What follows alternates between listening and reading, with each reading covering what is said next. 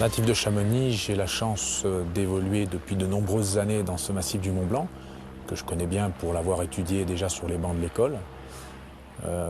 Aujourd'hui, j'allais dire malgré les 12 000 heures de vol et quelques à mon actif, je prends toujours autant de plaisir à évoluer dans ce massif.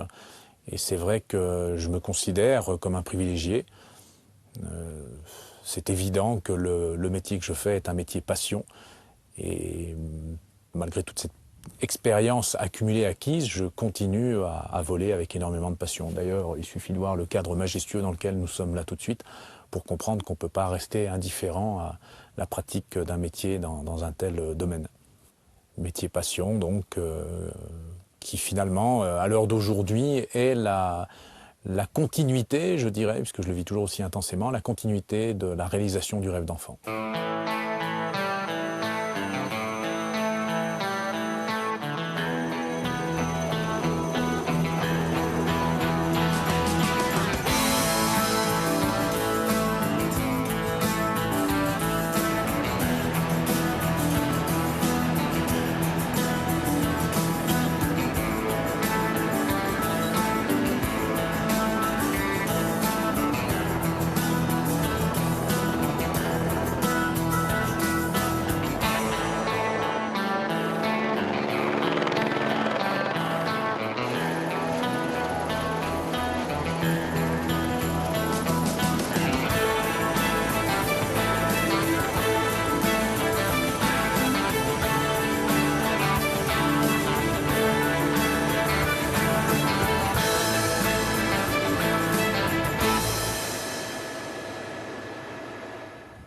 J'ai toujours rêvé faire ce métier, aussi loin que puisse remonter ma mémoire.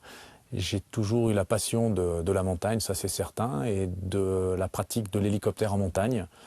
Tout petit déjà, je fréquentais assidûment le secteur du secours en montagne, la DZ des Bois, et j'allais régulièrement trouver les secouristes, les pilotes, discuter avec eux, nettoyer l'hélico en fin de mission, faire les graissages sur la machine.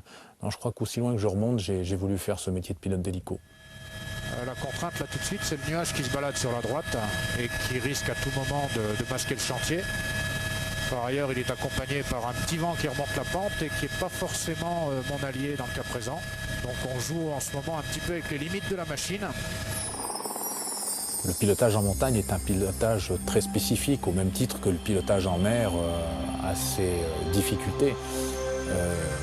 Les points clés du pilotage en montagne sont une bonne connaissance de l'aérologie et puis surtout une bonne connaissance de soi-même. À savoir qu'il faut aller jusqu'à une certaine limite et éviter de la franchir parce que je dis souvent que c'est la nature qui aura toujours le dernier mot.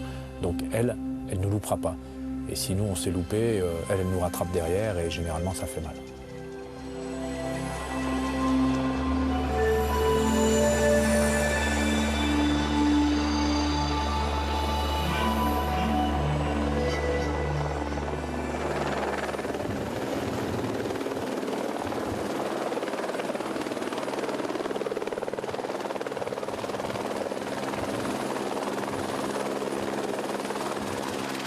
Chamonix-Mont-Blanc Hélicoptère est une toute petite structure puisque nous ne sommes que 4, à savoir un mécanicien, Jean-François Carrier, une secrétaire, Nadine Ruggiero, un autre pilote, Corrado Truchet, qui pour la petite histoire est guide de haute montagne, il est également valdotin puisqu'il habite Courmayeur, et moi-même. Donc j'allais dire que c'est une équipe d'amis qui partageons un petit peu la même passion et comme vous avez peut-être pu le remarquer, on est installé au pied du glacier d'Argentière dans un petit peu ce que j'appellerais une cabane au Canada. La structure est très légère. On exploite 2 hélicoptères, l'écureuil B3 que l'on voit ici, qui est une machine de génération nouvelle, et ce bon vieux Lama, dont le premier vol remonte aux années 1970 et qui détient depuis toujours, je dirais, le record du monde d'altitude avec 12 440 mètres. C'est la machine idéale pour voler en haute montagne. C'est cette machine que l'on utilise régulièrement lorsque le secours en montagne fait appel à nos services, puisqu'à performance moteur équivalente, du fait de sa légèreté et du carénage très sommaire, on lutte aisément contre le vent. Ouais, bien face à Pierre Béranger, moi je suis juste au-dessus donc. Et tu verras où je suis. Il y aura le bac et juste en dessous il y aura les échelles, s'il te plaît, si tu peux. Oui, mais tu es à Pierre Béranger, toi, je vois pas où tu es. Lève les bras. Bah t'es plus en face là. Faut que je monte. Ouais, monte. Je te vois. Bon bah là on vient de finir les travaux des Aigralais. Donc en bas j'ai profité de faire monter le matériel pour le nouveau sentier qu'on va créer. Donc ce chemin il va se trouver juste au-dessus de nous, au-dessus de la pierre à Béranger, qui va rejoindre le couvercle à l'Échaud. Et là donc j'ai à peu près une tonne de matériel à faire monter. Donc ça va se faire en 2 rotations. J'ai une première rotation qui va monter les échelles des mains courantes avec tous mes pitons. Plus une autre rotation, c'est que j'ai avoir besoin du groupe électrogène, du perfo, enfin de tout le matériel électrique pour pouvoir équiper ces dalles et mettre en place ces échelles. Donc Pascal là tout à l'heure va arriver avec l'hélico. Et en 2 rotations, ça va nous prendre à tout casser 5 minutes. Ça va quand même nous permettre de monter beaucoup de matériel qu'à dos d'homme on ne pourrait jamais. Enfin, on ne pourrait jamais, ça prendra un temps fou. Et vu le poids d'une échelle pèse quand même 22 kg sans compter les pitons. Ça ferait quand même une dizaine d'échelles à poser. Ça ferait quand même pas mal de poids à monter à dos d'homme. Donc là l'hélico pour nous est vraiment très important. Et après bon, les chemins de montagne de Chamonix, l'équipe des chemins, va donc créer le chemin avec les pioches, les baramines. Donc ça c'est pareil, tout ce matériel nous est monté en hélicoptère. Ça nous arrive quand même frais, on n'a pas besoin de se trimballer, tout le matos, des masques, des pioches, etc. Par contre, de temps en temps, suivant les chemins, s'ils sont un peu reculés, l'hélico nous monte aussi pour faire l'entretien des sentiers, parce que sinon, si on s'amuserait à monter à pied, un chemin comme le couvercle, c'est quand même 3 heures de marche en marchant bien. Donc si on s'amuse à monter à pied là au-dessus, ça fait à 4 bonhommes, ça fait quand même pas mal d'heures de perdu. Alors qu'en hélico, on y est tout de suite à 7 h du matin, et ça nous permet de travailler toute la journée là au-dessus et de faire du bon boulot.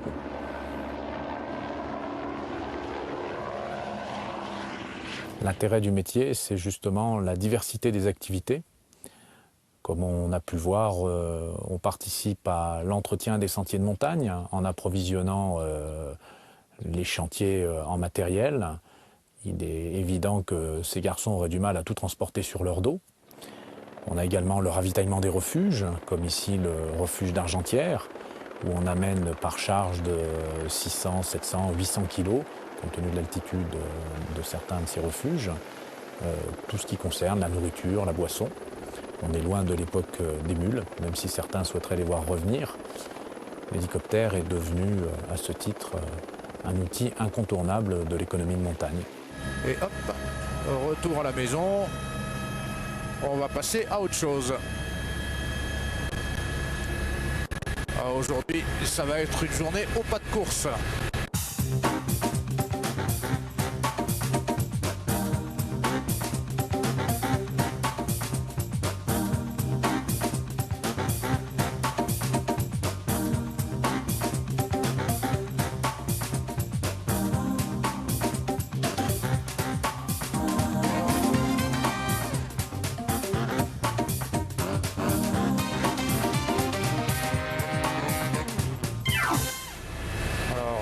Privilège de ravitailler la quasi-totalité des refuges du massif du Mont Blanc, les plus exceptionnels d'entre eux étant, par leur situation géographique, le refuge des Cosmiques, refuge du Doutet.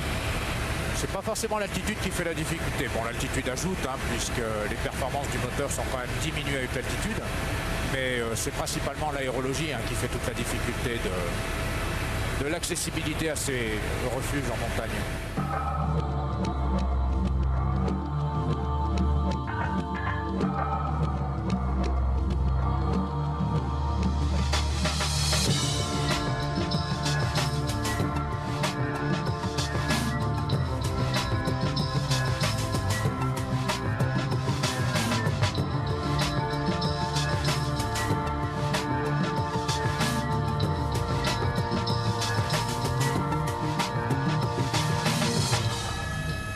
Refuge des Cosmiques, 3613 mètres d'altitude. La charge que j'ai sous les fesses pèse 500 kg. C'est pas le maximum de ce que je suis capable de monter, puisqu'il y a un peu plus de 13 ans, lorsque j'ai eu le plaisir d'acheminer là-haut pratiquement tous les matériaux nécessaires à la construction du nouveau bâtiment, on montait des charges de 650 kg, voire même 700 kg. Cependant, là, le rapport poids-puissance est beaucoup plus intéressant et le gardien s'y retrouve franchement en montant des charges un petit peu moins lourdes qui permettent à l'appareil d'utiliser au mieux ses performances. Voilà, j'arrive en finale, un petit coup d'œil dans le rétroviseur, je suis au-dessus de la plateforme, même d'ailleurs un petit peu franchement au-dessus. La charge balance un petit peu, je la rattrape et en délicatesse, pour ne pas faire l'omelette avant que les œufs ne soient dans la poêle, je pose la charge que le gardien tout doucement va me décrocher. Voilà qui est fait, je m'assure que tout est bien dégagé. Un petit coup d'œil, salut Arnaud, à la prochaine, et plongeons dans la vallée. La subtilité du jeu à cette altitude consiste à bien connaître les courants, en tout cas bien les repérer, de façon à les utiliser au mieux pour pouvoir gagner du temps et de la précision et de la puissance pour amener la charge à bon port dans des temps les plus réduits possibles, étant donné qu'il en coûte à chaque minute 21,35 € hors taxe. C'est donc un combat permanent que le pilote mène contre le chronomètre, ce qui fait que les minutes passées aux commandes sont extrêmement stressantes. Il est certain qu'à l'heure d'aujourd'hui, l'hélicoptère est devenu un outil incontournable de l'économie de montagne. Si nous n'avions pas cet engin extraordinaire, on mettrait des années pour construire des bâtiments comme celui de Tétrousse, où nous sommes en train de charrier qui du béton, qui du bois, qui de la ferraille, et où finalement, en quelques 2 ans, on est capable de faire sortir de terre un bâtiment confortable, aux normes de sécurité. Il en va de même pour certains alpages, certaines cabanes d'alpage, où là aussi les matériaux sont montés rapidement, mis en œuvre tout aussi rapidement. S'il fallait faire ça par des moyens traditionnels, je serais même tenté de dire des moyens ancestraux, on s'en sortirait pas, quoi. Il faut savoir vivre avec son époque aussi.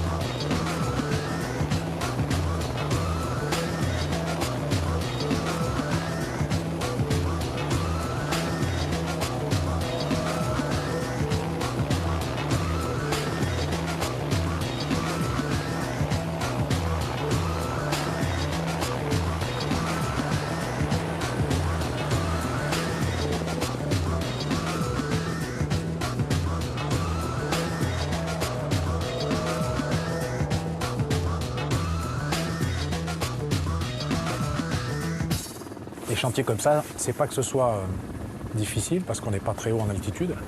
Par contre, il y a un élément auquel il faut faire très attention, c'est quand même l'aérologie. Compte tenu du fait qu'on n'est pas très élevé en altitude, les clients ont tendance à nous demander de monter les charges les plus lourdes possibles. Quand bien même on n'est qu'à 1700 mètres, il faut être très vigilant. Et puis là, aujourd'hui, il fait chaud, il y a des bulles d'air qui s'élèvent un petit peu partout, qui font que l'aérologie est un petit peu perturbée. Donc il faut faire attention à sa charge et puis au personnel qui la réceptionne, quoi. Parce que moi, mon gros souci, c'est pas tellement de casser du matériel, c'est toujours ennuyeux, certes, c'est pas le but du métier, mais c'est quand même la sécurité des gens au sol. Et je crois que ce serait difficile à vivre que d'estropier un ouvrier. Et puis ça peut aller tellement vite que bon, il faut être extrêmement vigilant. C'est à mon sens la plus grosse difficulté du métier pour des opérations courantes comme celle-ci. Très longtemps, on a prétendu que les pilotes d'hélicoptères tournaient au whisky, sec de préférence. Eh bien c'est faux. Moi je t'amène la preuve ce soir que le pilote d'hélicoptère de montagne que je suis tourne au lait de vache d'Érins. Voilà. C'est un scoop. Bon, allez, rentrez à la maison. On va se régaler. Je me suis souvent demandé si les gens qui viennent skier l'hiver et utiliser quelques-uns de ces merveilleux engins de remontée mécanique avaient vraiment l'idée de la façon dont ceci avait été construit, mis en œuvre.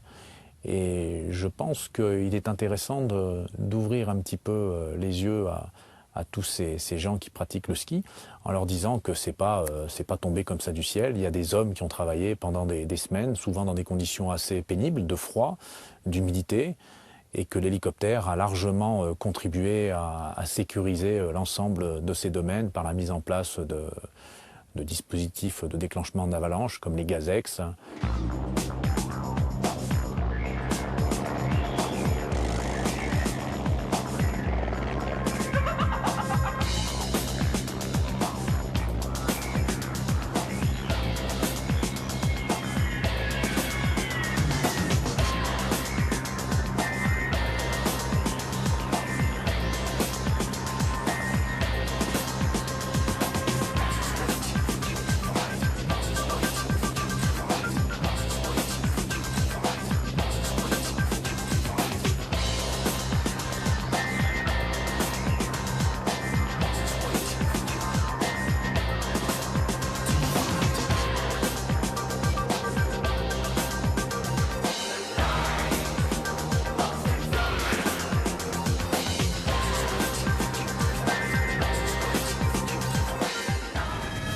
J'espère qu'ils ne vont pas traîner parce que moi je suis pas très bien là, je suis un peu tendu, j'ai le rotor qui passe à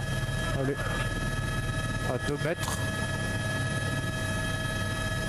Pas d'avantage, si jamais il y a une chute de pierre là au-dessus, c'est une catastrophe. Voilà, décroché, nickel. Oh qu'est-ce que j'aime ça. C'est le plaisir du travail bien fait. Ça existe dans tous les corps de métier, dans celui-ci aussi. La seule ombre au tableau dans ce métier, je dirais, c'est le bruit qu'on occasionne. Ceci dit, nous sommes les premiers à en souffrir, puisque pendant toute la durée de notre travail, assis dans la machine, on va, malgré les casques que l'on a sur les oreilles, subir le hurlement des 800 chevaux qui sont derrière nous, même si sur les machines de génération nouvelle, ça fait quand même très nettement moins de bruit. Voilà, retour à la maison, un petit peu à la mode Star Trek. L'avantage en descendant dans cette gorge, en dehors du fait que c'est assez spectaculaire, c'est que les riverains n'entendent l'hélicoptère que lorsqu'il sort de la gorge, ce qui est quand même non négligeable pour le voisinage. Depuis plusieurs années, on met l'accent absolument sur ces problèmes de nuisance sonore. C'est un mal de l'époque. Et contrairement à ce que les gens imaginent, nous en sommes parfaitement conscients. Voilà, les clients pour les vols suivants sont déjà là. On a pris un petit peu de retard ce matin. Mais en principe, les gens ne sont jamais mécontents des vols que l'on fait. Donc ça devrait rapidement calmer les esprits. Bonjour. Bonjour. Pascal. Marie. Enchanté. Je suis désolé, je suis en retard, mais on a eu pas mal de travail. Les conditions météo sont exceptionnelles aujourd'hui. Hein. Donc on va partir par le glacier d'Argentière. On va sortir vers la Pointe Isabelle, les Grandes Jorasses, les Aiguilles de Chamonix et puis le sommet du Mont Blanc. Eh bien super. Toujours décidé? Oui. Eh bien on y va.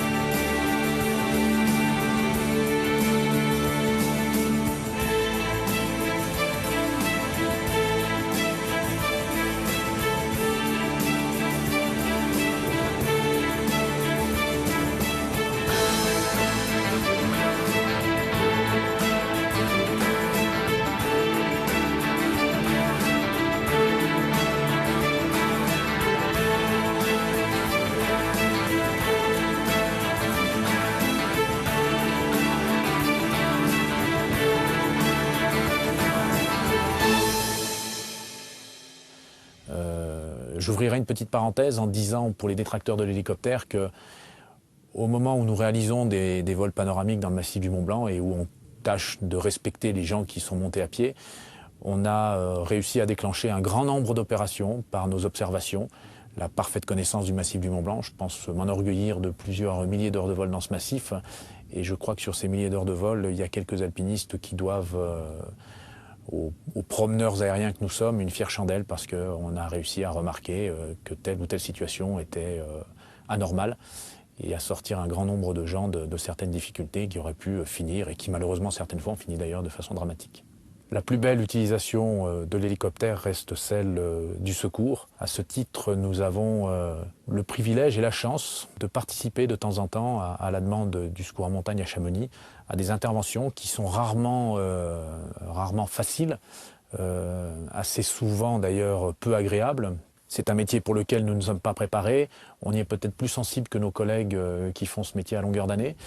Mais il n'en reste pas moins que c'est une activité très très gratifiante, surtout bien évidemment lorsque ça se finit bien, mais quand bien même l'issue est dramatique, on a l'impression, avec l'utilisation de notre hélicoptère, d'avoir participé à un moment de vie intense, aussi bien avec nos camarades secouristes que soi-même, confrontés à la tragédie et à la difficulté de la réalisation de l'opération.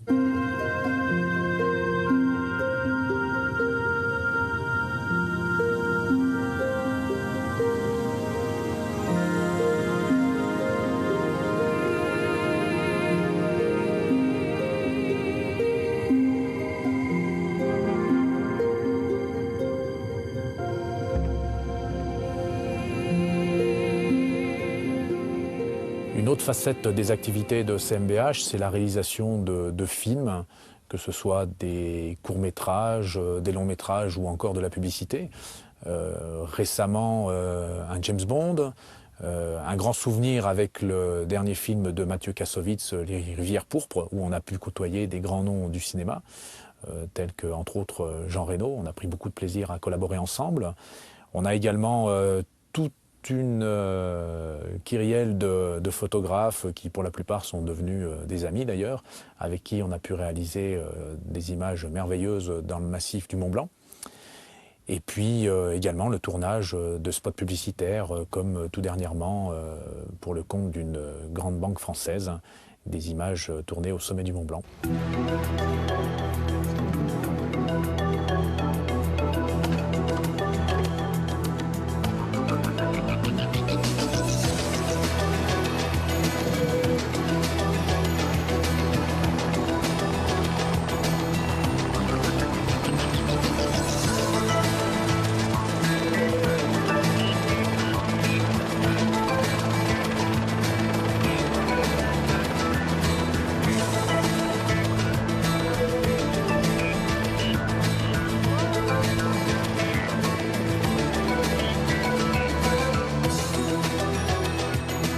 En position, deuxième gars. Ok, redescends, s'il te plaît. Redescends, s'il te plaît. Ok, la même chose.